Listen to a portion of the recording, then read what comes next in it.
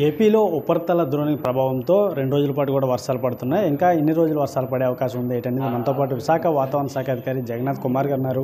అడిగి తెలుసుకునే ప్రయత్నం చేద్దాం. సార్ చెప్పండి, ఇంకా వర్షాలు ఎన్ని రోజులుగా మనపై ప్రభావం ఉంది? ఇంకా ఎక్కడెక్కడ ఎక్కువ వర్షాలు పడే అవకాశం? వర్షాలు పడతాయండి. ముఖ్యంగా దక్షిణ ఉత్తరప్రదేశ్ నుంచి దక్షిణ తమిళనాడు వరకు 0.9 కిలోమీటర్ల ఎత్తులో ఉన్న ఉపరితల ద్రోణి ఈరోజు ఆగ్నేయ మధ్యప్రదేశ్ నుంచి దక్షిణ అంతర్గత కర్ణాటక వరకు 0.9 కిలోమీటర్ల ఎత్తులో ఉపరితల ద్రోణిగా కొనసాగుతుంది.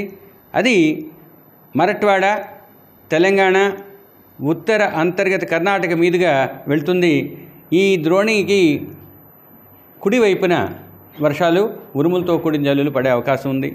ఈ జల్లులు ఈరోజు నుంచి రాబోయే వారం రోజులు ఏ విధంగా ఉంటాయంటే, ఉత్తర కోస్తా జిల్లాల్లో మొదటి 3 రోజులు 1-2 చోట్ల నుంచి కొన్ని చోట్ల తేలికపాటి నుంచి మోస్తరు వర్షపాతం, 4వ రోజు నుంచి 7వ రోజు వరకు 1-2 చోట్ల తేలికపాటి నుంచి మోస్తరు వర్షపాతం ఉండే అవకాశం ఉంది. దక్షిణ కోస్తా జిల్లాల్లో మొదటి రోజు 1-2 చోట్ల, 2-3 రోజులు కొన్ని చోట్ల, 4వ రోజు నుంచి 7వ రోజు వరకు అది మళ్ళీ 1-2 చోట్లకి పరిమితమయ్యే అవకాశం ఉంది.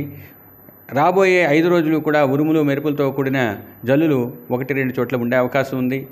మొదటి 3 రోజులు కూడా ఉత్తర దక్షిణ కోస్తా జిల్లాల్లో ఈదురుగాలులు 50 నుంచి 60 కిలోమీటర్ల వేగంతో వీచే అవకాశం ఉంది. 4వ రోజు ఉత్తర కోస్తా జిల్లాల్లో 1-2 చోట్ల 40 నుంచి 50 కిలోమీటర్ల వేగంతో ఈదురుగాలులు వీచే అవకాశం ఉంది. వీటితో పాటు భారీ వర్షపాతం కూడా 1-2 చోట్ల ఉత్తర దక్షిణ కోస్తా జిల్లాల్లో మొదటి 2 రోజులు నమోదయ్యే అవకాశం ఉంది. 3వ రోజు ఉత్తర కోస్తా జిల్లాలో 1-2 చోట్ల భారీ వర్షపాతం నమోదయ్యే అవకాశం ఉంది. ఈ మ్యాప్ చూసినట్టయితే మీకు ఈ పింక్ కలర్ ఉన్న ఏరియా అంతా కూడా thunderstorm, lightning, స్క్వాలీ are gusty winds ఉండే అవకాశం ఉంది.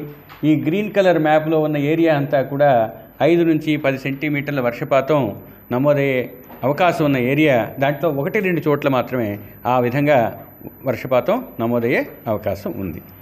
ఈదురుగాలు 50 నుంచి 60 కిలోమీటర్లు మొదటి 3 రోజులు కూడా ఉత్తర దక్షిణ కోస్తా జిల్లాల్లో ఉంటాయి కనుక చెట్లు లేదా లూజ్ స్ట్రక్చర్స్ పడిపోయే అవకాశాలు ఉంటాయి.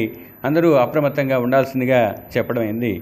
గడిచిన 24 గంటల్లో గరిష్ట ఉష్ణోగ్రత నెల్లూరులో 40 డిగ్రీల సెంటీగ్రేడ్గా నమోదైంది. మరియు గడిచిన 24 గంటల్లో రాష్ట్రంలో ముఖ్యంగా కోనసీమ అంబేద్కర్ జిల్లా అమలాపురంలో 9 సెంటీమీటర్ల వర్షపాతం, కాకినాడ జిల్లా కాకినాడలో 7 సెంటీమీటర్ల వర్షపాతం, కాకినాడ జిల్లా తునిలో 4 సెంటీమీటర్ల వర్షపాతం నమోదైంది. తిరుపతి జిల్లా గూడూరులో 8 సెంటీమీటర్ల వర్షపాతం నమోదైంది. ఈ విధంగా ఉత్తర దక్షిణ కోస్తా జిల్లాల్లో కొన్ని చోట్ల ఉరుములు మెరుపులతో కూడిన జల్లులు మేము చెప్పినట్టుగానే పడ్డాయి.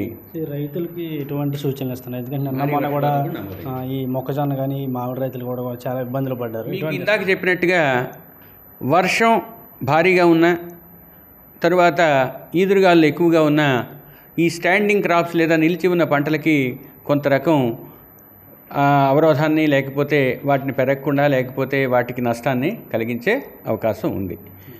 ముఖ్యంగా ఉద్యానవన పంటలు కూడా ఇవయ్యే అవకాశం ఉంది. తరువాత మామిడి, జీడి మామిడి వంటి వాటి నుంచి ఇవి కూడా కాయలు పింజలు రాలిపోయే అవకాశం ఉంటుంది. ఈ పర్టికులర్ సెక్టర్ లేదా అగ్రికల్చర్ సెక్టర్కి సంబంధించినంత వరకు మాకున్న ప్రత్యేక విభాగం ద్వారా వారికి సూచనలు, పూర్వానుమానాలు, హెచ్చరికలు జారీ చేయడం జరిగింది. ఆయా సెక్టర్లకు సంబంధించిన అధికారులు వాటి మీద సరైన చర్యలు తీసుకుంటారని భావిస్తాం. చూసుకున్నట్లయితే ఏపీలో 5 రోజుల పాటు కూడా వర్షాలు పడే అవకాశం ఉంది. ఏదైతే ఉత్తర దక్షిణ కోస్తా అంతా కూడా కొన్ని చోట్ల భారీ వర్షాలు, మరికొన్ని చోట్ల తేలికపాటి వర్షాలు కురిసే అవకాశం ఉంది. అదే ఈ రైతులు కూడా చాలా వరకు కూడా జాగ్రత్తలు తీసుకోవాలని చెప్పేసి విశాఖ వాతావరణ శాఖ అధికారులు అయితే చెప్తున్నారు. ఇదే పరిస్థితి అవుట్ స్టూడియో.